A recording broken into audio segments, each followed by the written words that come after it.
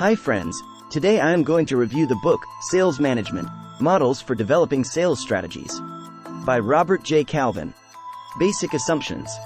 If you are a sales manager, you already know that weak sales and sales management are the Achilles heel of most old and new economy businesses.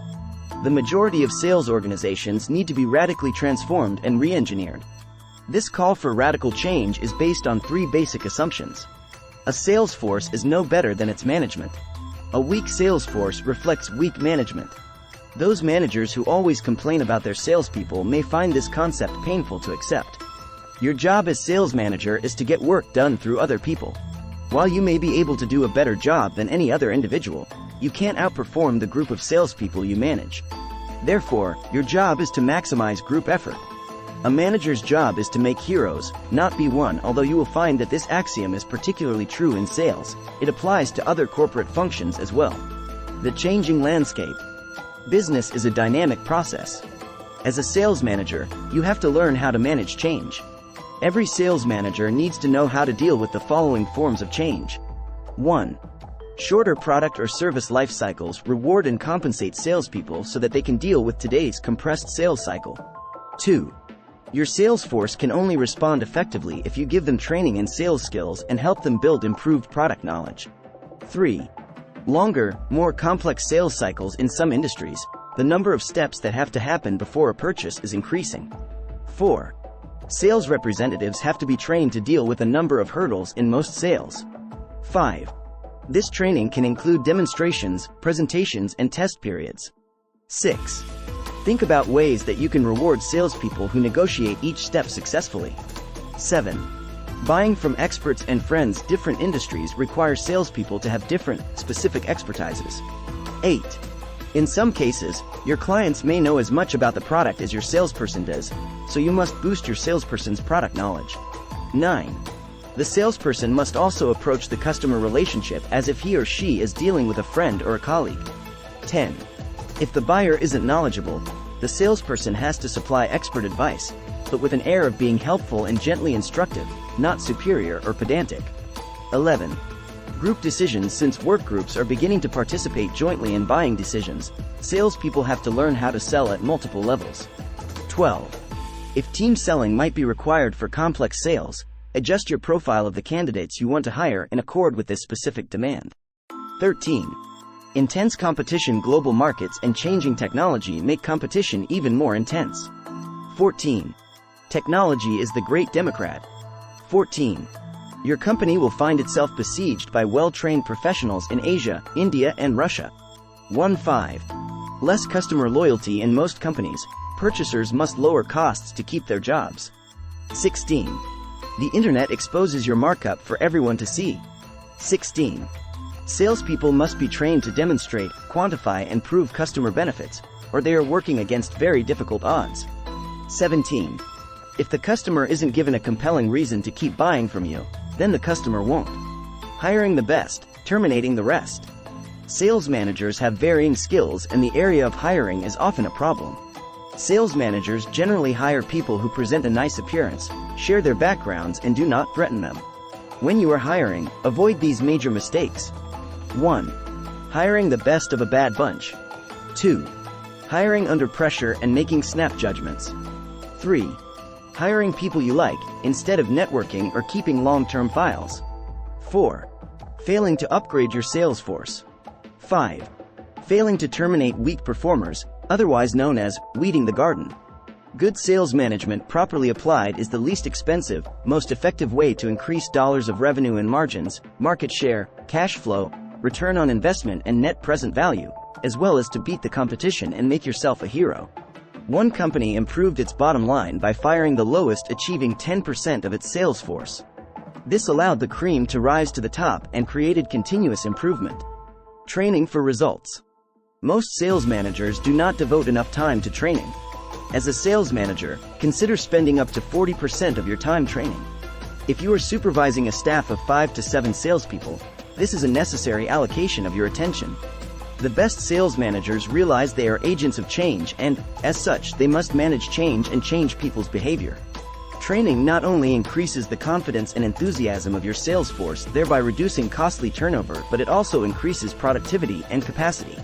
Training should include ride weeks, when a manager attends a sales call, and specific subject or skill training. Customize your training agenda to meet each salesperson's needs. Work to improve your sales staff in these specific professional areas. 1. Product knowledge. 2. Competition, including competitive issues and advantages. 3. Customer knowledge. 4. Market and industry knowledge. 5. Selling skills. 6. Company policy, organization and history. 7. Time and territory management. 8. Administrative tasks. 9. Conflict resolution. Sales force compensation. To retain and train the best salespeople, you have to pay them more than they are worth. Then, you need to train them well enough so that they, in turn, provide more than they are worth to the company. Sales force compensation involves deciding how much your successful salespeople should earn in total dollars and then what portion of that total should be fixed versus performance pay. The mix of pay and commission or bonuses depends upon 1. The needs of your firm and your salespeople. 2. The type of salespeople you wish to attract. 3. Each salesperson's influence on the sale. 4. The type of product and service sold. 5. The need to reward each salesperson's specific actions and achievements. Most sales organizations need to be re-engineered as you would a factory to increase capacity and productivity. You should rethink compensation year to year. If you're following someone who failed, then don't copy that manager's compensation style. Tracking failure simply won't work in a dynamic environment. Sales force organization. Today's competitive environment requires your sales force to work intelligently and efficiently. You can help them achieve this standard by demanding specificity and precision.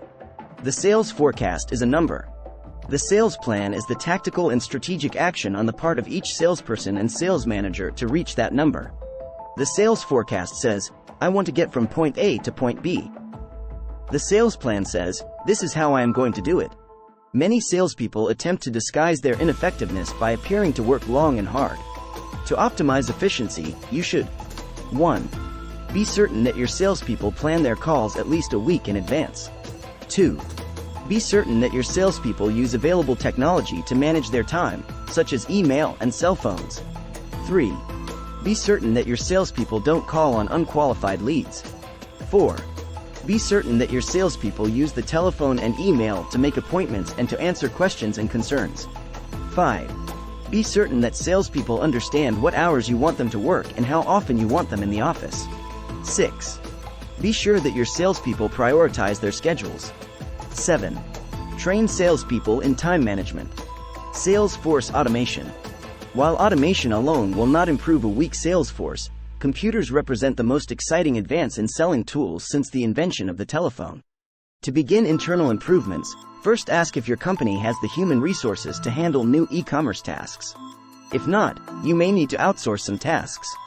To increase sales force productivity, spend more time dealing with people, process, and technology. Each quarter, the sales manager must ask, how are my people doing? How am I doing? Is my extra effort and time bearing results? Which of the new ideas, tools, and techniques work best? A successful transition to a more effective sales structure that includes an automated sales system requires both altering the technology you and your staff use and changing your organization to fit the technology. Your role as sales manager might change, and you and your sales staff may end up with different jobs and tasks. Performance evaluation. Sales managers are forced to manage their salespeople by using performance evaluations for good reason. Conducting evaluations of your sales staff forces you to set concrete standards, sit in judgment, and be critical. Your evaluation process should involve 1.